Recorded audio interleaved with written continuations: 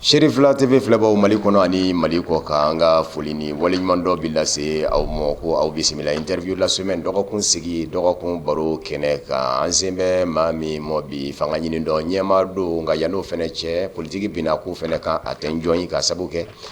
a yera fanga ɲini dɔw na ka tɛmɛ yanni a ka fanga ɲini dɔnkura sigi fanga ɲini dɔnkura min bi wele ko Rassemblement des compétences pour l'émergence du Mali RCM maa min don Boubacar Saliya Dawu RCM président ba bi an sera a ma fanga ɲini dɔ jabala la dakurunya fila ko sɔrɔ ka bɔ a yɔrɔ jamana jɔ kunga fanga ɲini dɔ kɛmɛ ka baaraw minnu boloda ani jamana yɛrɛ bi ye cogo min na fanga ɲini dɔ fɛ ka se ka fila fɔ ani ɲɔgɔn cɛ o raw bɛ se ka bɔ o baro numan cogo min interview la semaine dɔgɔkun sigi dɔgɔkun baro aw bisimila an bi a fɔ président ye kini ɲakuma y'an bisimila a diyara n ye ayiwa président Boubacar Saliya Dawu Rassemblement des compétences pour l'émergence du Mali RCM e y'a président ba ye yanni an ka don ɲiningali dunna fɔlɔ an b'a fɛ k'a dɔn e yɛrɛ nana politiki bina k'u ka cogo jumɛn bismillahirrahmanirrahim malien cɛ n'a muso Mali kɔnɔ ani Mali kɔ kan a bisimila ne tɔgɔ Boubacar Saliya Dawu ne ye RCM ɲɛmaa ye RCM n'o ye parti politique ye a kɔrɔ ye Rassemblement des compétences pour l'émergence au Mali o kɔrɔ ye ka maliden cɛman n'a musoman Mali kɔnɔ ani Mali kɔ kan maa minnu hakili ka bon k'olu fara ɲɔgɔn kan walasa ka baara kɛ ka se ka jamana in bɔ nɔgɔ la ne y'o ɲɛmaa ye yanni an ka so yɔrɔ la n sera politiki yɛrɛ kɛnɛ kan cogo di ko bɛ sababu ye o kɛra Ala ka hinɛ Amadu Tumani Ture sababuya la a ka association fɔlɔ min ye a dɛmɛ walasa a ka se ka na a kɛ candidat ye n'o ye mouvement citoyen ye ne de kun y'o coordinateur régional ye Segu ne ye san 10 kɛ ɲɛmaaya la Segu n de kun ye mouvement citoyen coordinateur régional ye o mouvement citoyen kɔfɛ an nana décider ka PDS créer k'a kɛ parti politique ye o PDS kɔnɔ ne kun ye PDS vice président dɔ ye donc fo ka taa se nin y'a san 3 ye n y'a décider ka an yɛrɛ tɔgɔ la parti créer ne ni n teriw ani n jɛɲɔgɔnw n'o ye RCM ye an jɛra ko créer ɲinɛ y'a san 3 ye fo ka se bi ma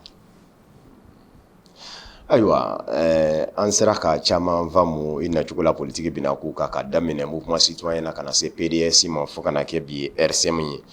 RCM fanga ɲini dɔ ni o ye Rassemblement des compétences pour l'émergence du Mali yɛrɛ y'a fɔ ka kodɔnnaw fara ɲɔgɔn kan malidenw na minnu bɛ se ka na ni yɛlɛma ye an ka jamana kɔnɔ ka se k'an ka jamana jɔ dɔɔnin fɔ an ye fanga ɲini dɔ in nka hakilina kumabaw ka a kɛmɛ ka fɛn minnu boloda Mali jamana jɔ nasira ka don nataw la mun ye anw yɛrɛ bila fɔlɔ ka RCM créer comme n y'a fɔ jamana in a gɛlɛyara kojugu fo k'a fɔ a gɛlɛyara n'i ye politikimaw sen bɔ gɛlɛya in na a tɔ b'a dɛ donc ne yɛrɛ ye n sigi ka hakili jagabɔ a fɔ mun an tɛna tɔn kura créer ni mɔgɔ kuraw ye mɔgɔ minnu tɔgɔ ma don jamana nafolo tiɲɛ na mɔgɔ minnu tɔgɔ ma deli ka don faso nafolo donni na k'olu yɔrɔ ɲini ka fara ɲɔgɔn kan jamana in kanu bɛ maliyɛn minnu na cɛ fara muso kan Mali kɔnɔ ani Mali kɔ kan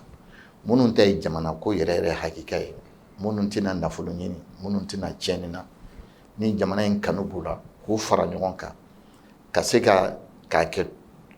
kuluba kelen walasa ka baara kɛ jamana in ka se ka bɔ nɔgɔ la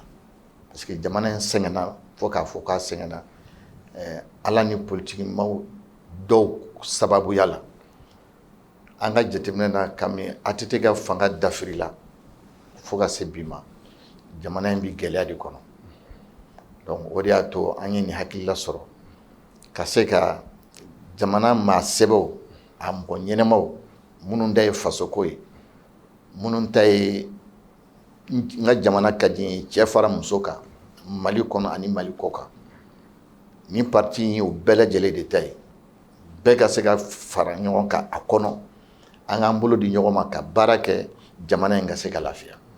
o de y'an hakilila yɛrɛ.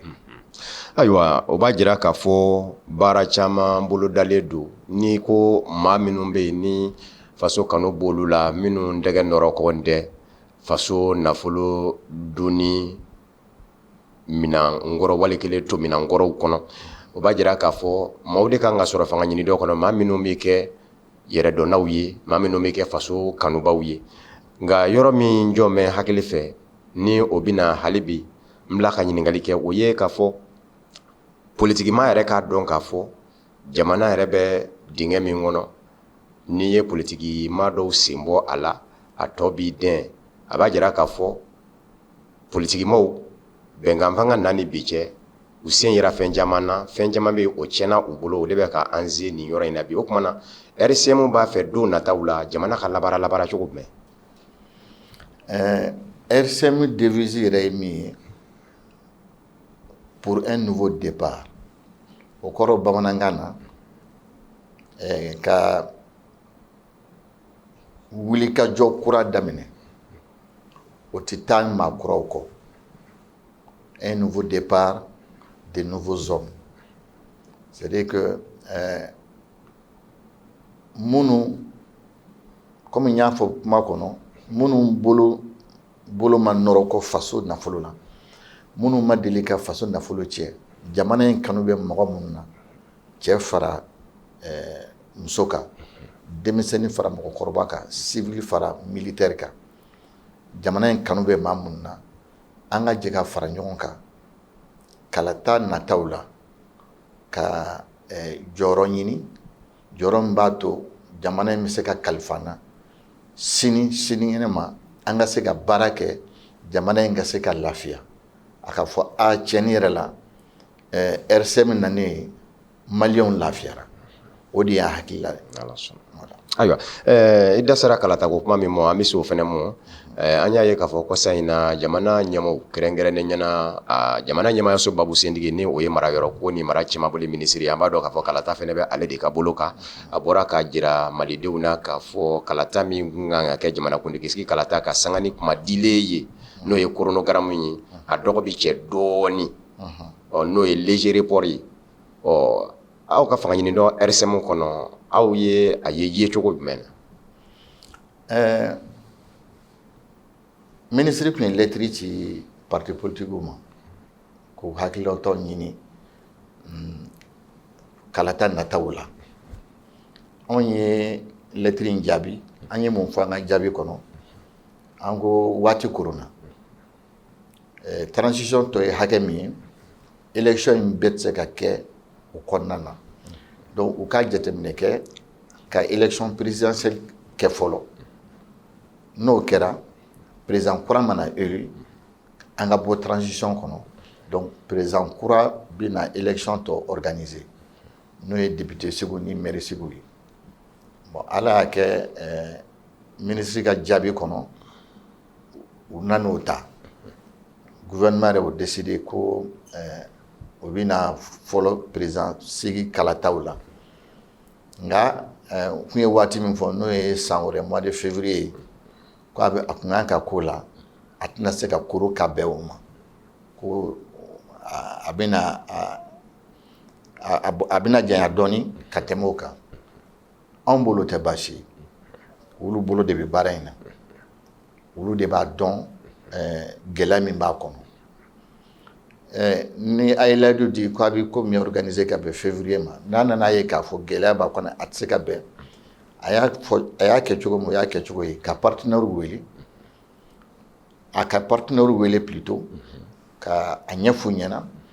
ni gɛlɛya de sɔrɔ a kɔnɔ bon an y'a mɛn communiqué de fɛ mais a kun ka d'an ye an welela cogo min fɔlɔ la ka a kuma fɔ an tun ka wele fana k'o da jira n na k'a fɔ bon gɛlɛya dɔw b'a kɔnɔ nin gɛlɛya in b'a kɔnɔ nin gɛlɛya in b'a kɔnɔ o kosɔn février in ta tɛna bɔ a bɛna bolo bɔ ka taa bila kalo damadɔ la o tɛ baasi ye an kɔni hakilila la RCM na k'a ta kalo 1 fo ka taa se kalo 3 report ma baara in bɛ se ka labɛn o kɔnɔ ka kɛ o fana kun ye min ye an ka bɔ transition kɔnɔ parce que gɛlɛya caman bɛ jamana in kɔnɔ bi n'an ma bɔ transition kɔnɔ a gɛlɛya in tɛ ban parce que dɛmɛ caman bɛ yen o suspendu don ne b'a fɔ k'o dulonnen don dɛmɛ ninnu tɛ sɔrɔ tant que transition in ma ban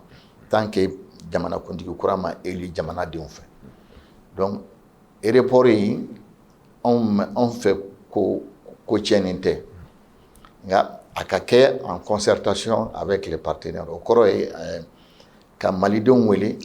n'o ye classe politique ye n'o ye société civile ye a n'an ka partenaires CEDEAO fana b'o la partenaire wɛrɛ b'o la k'u wele k'u sigi k'a da jira o la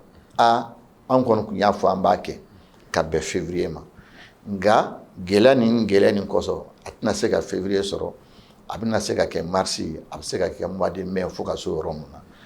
k'u wele k'u sigi k'a f'u ye k'a da jira o la bɛnkan fɔ la o de ka ɲi o fana ka fisa ka a cun mɔgɔw ka ten anw ye nin décidé mais u ma waati fana fɔ a kun ka d'an ye u kun ka waati dɔ fɔ k'a fɔ tiɲɛ la février ti bɛn nka an b'an jija k'a kɛ ka bɛn nin kalo in ma o fana bɛ se ka partenaires bila confiance la o bɛ parti politique bila confiance la o bɛ société civile bila confiance la report in kojugu tɛ tubabu b'a fɔ ko à l'impossible nul n'est tenu n'i tɛ se ka min kɛ ka bɛn waati min ma i tɛ se k'o kɛ i b'i labɛn a ka se ka kɛ ka ɲɛ a ka organiser ka ɲɛ et puis min mana élu jamanadenw fɛ o ka serment prêter o ka jamana diriger ka élection tɔ organiser. Ayiwa an président an ye o faamuya nka min kun ye a to ni a kun jara maaw ye kalata ninnu ka kɛ ka sɔrɔ ka taa kunjɛ ni jamanakuntigi sigi kalataw ye dɔw ye a jira kɛrɛnkɛrɛnnenya politiki maa dɔw k'a fɔ jamanakuntigi ma natɔ ka sigi fɔlɔ yanni kalata tɔw cɛ i n'a fɔ wasaden sigi kalata wali kelen sigida ɲɛmayaso sigi maire sigi kalataw a ka ca la wasabulon kɔnɔ jamanakuntigi nɔfɛ jɛkulu de bi caya wasabulon kɔnɔ bawo maa min bɛ fanga na a nɔfɛmaw bɛ fɛɛrɛ bɛɛ kɛ kalataw ka se ka daja u la jango u bɛ se ka maa fanba sɔrɔ n'o ye majorité ye tɔgɔ ka mɛnnaw aw tɔgɔ ka mɛnnaw ko ten ko kuma na a ka kunjɛ ni jamanakuntigi sigi kalataw ye nka a bila ko min ye nin ye kalata tɔw ɲɛ n'o ye jamanakuntigi sigi kalata ye k'a bila kalata tɔw ɲɛ yala siran bɛ ka kɛ o yɔrɔ min ɲɛ o tɛna segin ka na ni n t'a dɔn ni ɲininkali in faamu n ye ɲininkali faamuya a sira fila bɛɛ n'a avantage na inconvénient don transition ye waati dɔ de fɔ partenaires ye ani malidenw ye k'a fɔ san 2 ka d'u ma transition bi ban ka bɛn nin waati ma o ye transition ka dalanka ye ni i bɛ fɛ k'i ka dalaka respecter i b'i ka chronogramme respecter u ye chronogramme min fɔ o chronogramme de bi ban ka bɛn mars 2024 bon tigitigi bɛɛ b'a dɔn k'a fɔ ni élection 6 ou bien 7 a tɛ se ka koron ka bɛn n'i ko k'i bɛ dɔ fara transition fana kan tuguni fana ye kɔlɔlɔ wɛrɛ ye o fana o y'a dama kɔlɔlɔ ye o kɔlɔlɔ ka jugu ni fɔlɔ in kelen ye donc ko juguni fila min ka dɔgɔ i b'o de ta donc gouvernement y'a jateminɛ et là u jo don o yɔrɔ la a kun ka ɲi de min fɔra élection maire ka kɛ maire ta kɔfɛ élection régionale o ka kɛ régional ta kɔfɛ député ta ka kɛ a ka sɔrɔ ka cɛ ni président ta ye o de b'a to an donna erreur fɔlɔ minnu kɔnɔ ni président élu la bɛɛ bɛ taa fara président kan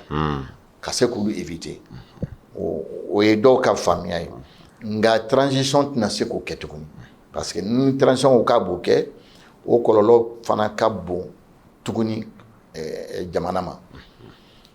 nin fana nin tɛ kojugu ye k'a fɔ jamanakuntigi ka élu jamanakuntigi kan ka majorité de ɲini assemblée kɔnɔ walasa ka se k'a ka programme respecter donc o kɔnɔna na n'a élu la député mana élu a bɛ majorité ɲini assemblée de kɔnɔ parce que ni majorité tɛ président bolo assemblée kɔnɔ a tɛ se ka baara kɛ donc o tɛ kojugu ye o ye diɲɛ fan bɛɛ ye o tɛ Mali dɔrɔn ye n'i ye jamanabaw lajɛ démocratie baw lajɛ ni président élu la a bɛ majorité de ɲini assemblée kɔnɔ n'a ye majorité sɔrɔ a b'a ka programme bilasira jamanadenw dar'a la ka programme min kɔsɔn donc a bɛ programme exécuter mais n'e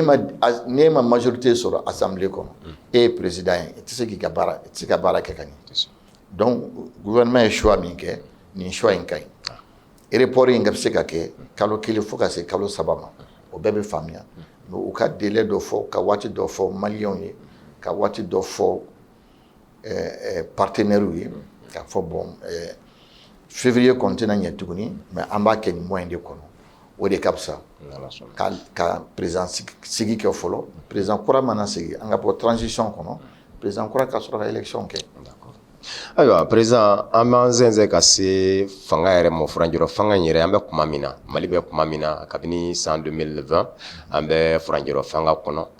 furanjɔrɔ fanga a ye baara dɔw kɛ a ye baaraw kɛ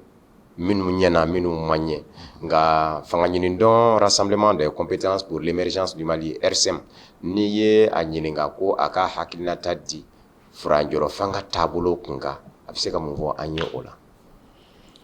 Bon, an bɛ se ka min fɔ o la c'est que baara bɛɛ n'a a gɛlɛya bɛ ɲɔgɔn na furanjɛla fanga in u ye baara ɲuman caman kɛ fiɲɛ yera u ka baara caman na u ye baara ɲuman caman min kɛ n'an bɛ se ka fɔ o ye armée ta yɔrɔ ye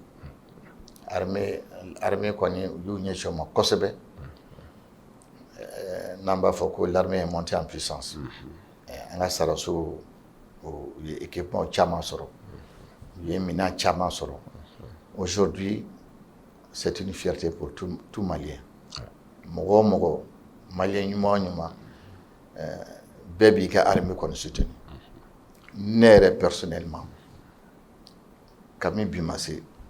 o kɛra ATT tile la ne ye san damadɔ kɛ san o san ne bɛ aide kɛ Segu ka militaire ye o y'a sɔrɔ transition ko tɛ yen ATT fanga kun don ne ye san damadɔ kɛ san o san Segu n bɛ dɛmɛ don armée ma Segu kan n bɛ équipement san ka d'u ma lits ni matelas ni dɔgɔtɔrɔso minɛnw n ye fɛn caman d'u ma dɔn na donc o ye n bɛ n ka armée soutenir ne ka soutien armée o tɛ biko ye mais fanga mana kɛ cogo o cogo ɲuman b'a la juguman b'a la décision dɔw taara o décision gɛlɛyara a décision application gɛlɛyara an bɛ jamana kɔnɔ bi gɛlɛyaw ka ca mɔgɔ tɛna se k'i dabila bɛɛ la mais baara bɛɛ bɛ ten baara bɛɛ tɛ se ka kɛ k'a bɛɛ bɛ ɲɛ dɔ bɛ ɲɛ dɔ bɛ gɛlɛya mais an bɛ ala deli transition in ka kuncɛ ɲuman na élection ka kɛ jamanakuntigi kura ka élu an ka bɔ transition kɔnɔ an n'an ka partenaires ka ɲɔgɔn sɔrɔ ka jɛ ka baara kɛ ka se ka jamana in dɛmɛ jamana in ka bɔ gɛlɛya kɔnɔ. Ayiwa président an b'a kalama fana k'a fɔ an kun dan bɛ don dɔ kan fanga ɲini dɔ kun dan bɛ don dɔ kan ni o ye congrès ye RCM ka congrès o kan ka kɛ don nataw la an b'a fɛ k'a dɔn congrès in bɛ labɛn na cogo jumɛn fanga ɲini dɔ bolo ani a don. C'est vrai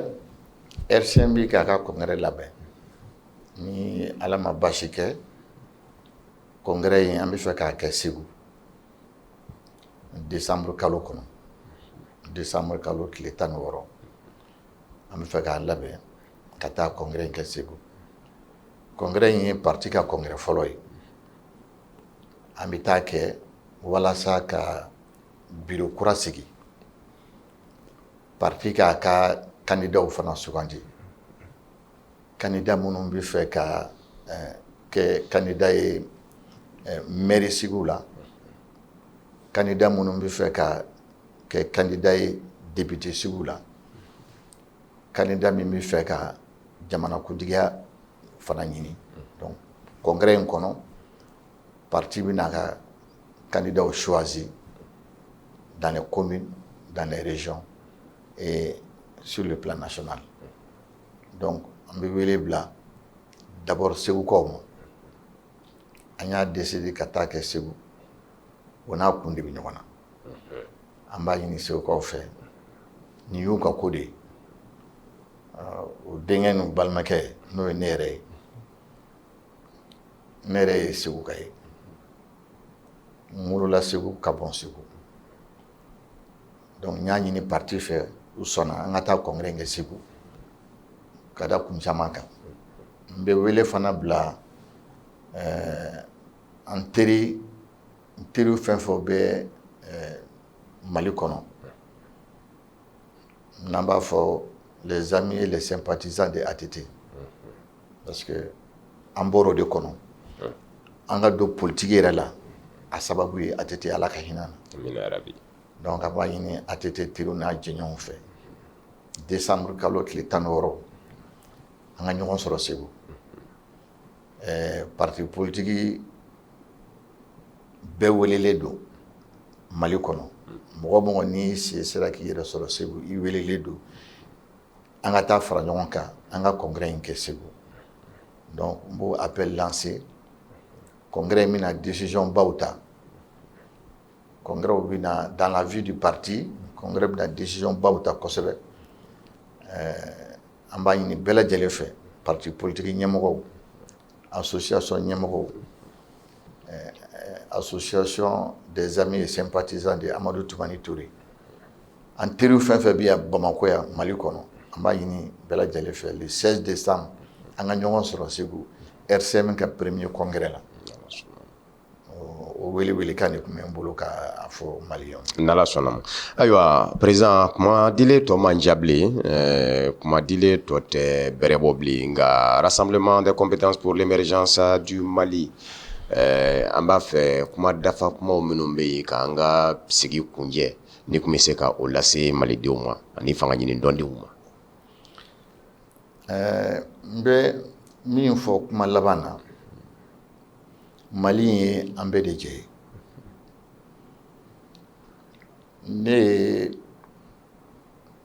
Ni kuma diyara n na, n b'a fɔ n ye ATT ka école. ATT de ye n kalan politique la, ale de ye n don politique la, a sababu y'ale de ye. N ye mun kalan fɛ, o ye sagesse ye. Nous devons être sages. N ye mun kalan a kɛrɛfɛ, o y'a ka modestie ye. Soyons modestes. N ye mun kalan a kɛrɛfɛ, o y'a ka modération ye. An ka hakili bila dusu ye. An ka hakili bila dusu ye. Jamana in marali a ma nɔgɔn. Ne bɛ conseil min di, n bɛ hakililata min di jamana ɲɛmɔgɔw ma bi, n'o ye n ka conseil personnel ye, n b'a ɲini u fɛ jamana in o k'a mara ni hakili ye, u ka hakili bila dusu ye. C'est très important. O de tun ye ne ka kuma laban ye. N'Ala sɔnna ma. An fana b'i fɔ k'i waleɲuman dɔn. N b'a dɔn k'a fɔ congrès kɔfɛ an bɛ sɔn ka ɲɔgɔn sɔrɔ fana. Congrès kɛra kɛcogo minnu na ka se ka an da don olu la ka o ɲɛfɔ jamanadenw ye. An kɔni b'i fɔ k'i waleɲuman dɔn, an bisimilali la fanga ɲini dɔ rassemblement des compétences pour l'émergence du Mali RCM Jabala la yan Banangabugu yan, an b'i fɔ k'i waleɲuman dɔn ka fɔ ye ko baara bɛ kunjɛ nin yɔrɔ in na. Cherifila TV filɛbaw minnu fɛnɛ tun bɛ k'an lajɛ Mali kɔnɔ ani Mali kɔ kan, interview de la semaine dɔgɔkun sigi dɔgɔkun baro a bɛ jɔ nin yɔrɔ in de la ni